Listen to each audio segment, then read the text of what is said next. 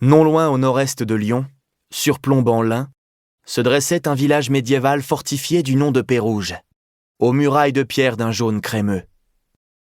Entre ces murs se tenait une maison. La dite maison, petite et modeste, était ornée de jardinières dont les plants de lierre verdoyants dévalaient la façade pavée, comme de l'aquarelle renversée. Le jardin lui aussi semblait peint d'un vert irréel et luxuriant. Quant aux collines entourant les fortifications, elles se paraient d'émeraude, d'ambre et de ce marron profond qui caractérisait la terre humide. Comme par enchantement, les fleurs ne fanaient jamais, ni ne brunissaient quand je passais un doigt sur leurs pétales, alors même qu'on nous avait interdit de les toucher pendant la floraison. Chaque matin, lorsque j'ouvrais les volets, l'air avait l'odeur de l'iris et de la sauge. Un beau jour, l'amour de ma vie me dira quelque chose qui expliquera tout à mon sujet. Qu'importe la distance, tu resteras toujours ce garçon tout droit sorti d'un village de contes de fées. À notre arrivée en Californie, il n'y avait pas une once de verre à l'horizon. Tout n'était que sable et poussière, tout n'était que rochers. Une vaste étendue d'ardoises brunes et pâles, rocailleuses et escarpées, telles les planètes lointaines dont mon père écrivait les histoires. Seules nous étaient familières les choses que nous avions apportées avec nous.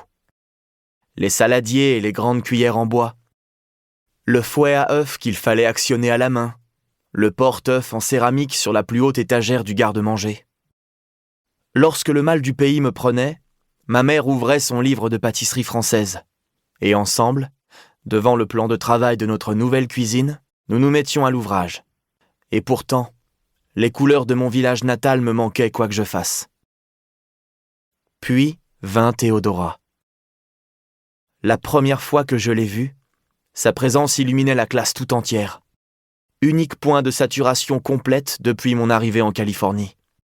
Une chevelure blond vénitien, des joues roses, des taches de rousseur qui me rappelaient la cannelle, la lèvre inférieure carmin sous la pression rageuse de ses nouvelles dents pas tout à fait formées.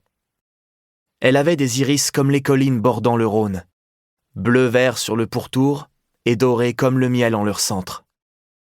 Il me faudrait attendre le printemps pour trouver un mot à même de décrire Théodora, lorsque ma mère nous conduisit dans la vallée d'Antélope afin d'y admirer l'éclatante floraison des fleurs sauvages peuplant les collines. Je n'avais jamais rien vu d'aussi grand.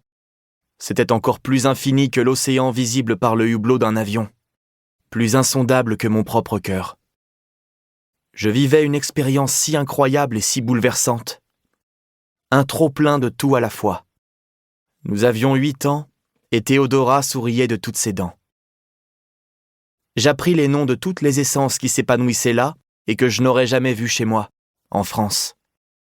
Lupin, Amsichia, Sicinricium bellum, Pavot de Californie, Théo, Superbloom. L'amour avait planté ses racines en moi avant même que je ne sache ce que c'est. Théo était une super floraison, dont les pétales ne faneraient jamais. Pour continuer à écouter ce livre audio gratuitement, cliquez sur le lien dans la description et vous pourrez l'écouter en entier sans frais grâce à l'essai de 30 jours d'Audible.